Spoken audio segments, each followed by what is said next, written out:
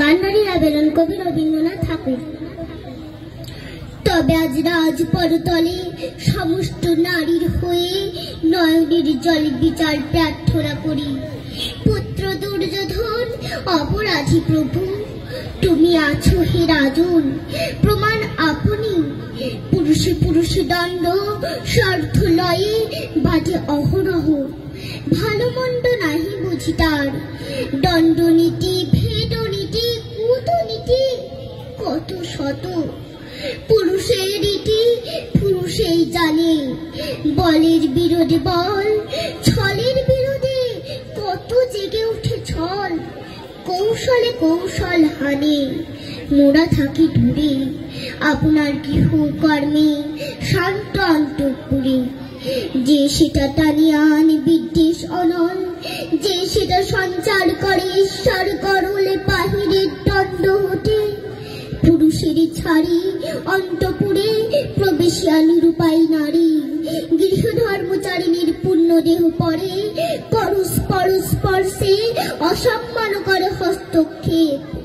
প্রতিশাদে পাঠায় বিরোধ, যে নর পত্নীর হানি লয় তার শোধ। সে শুধু পাষণ্ড নহে, সে যে কাপুরুষ। মহারাজ কি তার বিধান, অকুশ পুরু বংশে পাপ যদি জন্ম লাভ করে সেও সহে। কিন্তু প্রভু মাতৃগর্ভ ভরে ভেবেছি নুন গর্ভে মোর বীর পুত্রগণ জন্মিয়াছে।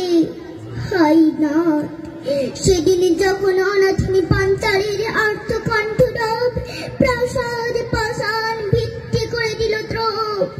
লজ্জা ঘৃণা করুণার তাপে ছুটি গিয়া হিরুনু গবাক্ষে তার বস্ত্র আকর্ষিয়া খল খল হাসিতেছে সভা মাঝখানে গান্ধারীর পুত্র পিশাচেরা।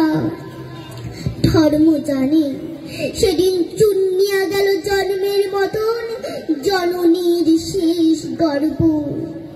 কুরুরাজগণ পৌরুষ কোথায় গেছে ছাড়িয়া ভারত, তোমরা হে মহারথী জড়মূর্তিবৎ বসিয়া রহিলে সেটা চাহি মুখে মুখে। কেহ বা হাসিলে কেহ করিলে কৌতুকে কানাকানি। মহারাজ শোনো মহারাজ মিনতি, দূর করো জননীর লাজ। বীর ধর্ম করো উদ্ধার, পদাহত চরিত্রের ঘুচাও ক্রন্দন। অবনত নেই ধর্মের করহ সম্মান, ত্যাগ করো দুর্যোধনে। নমস্কার।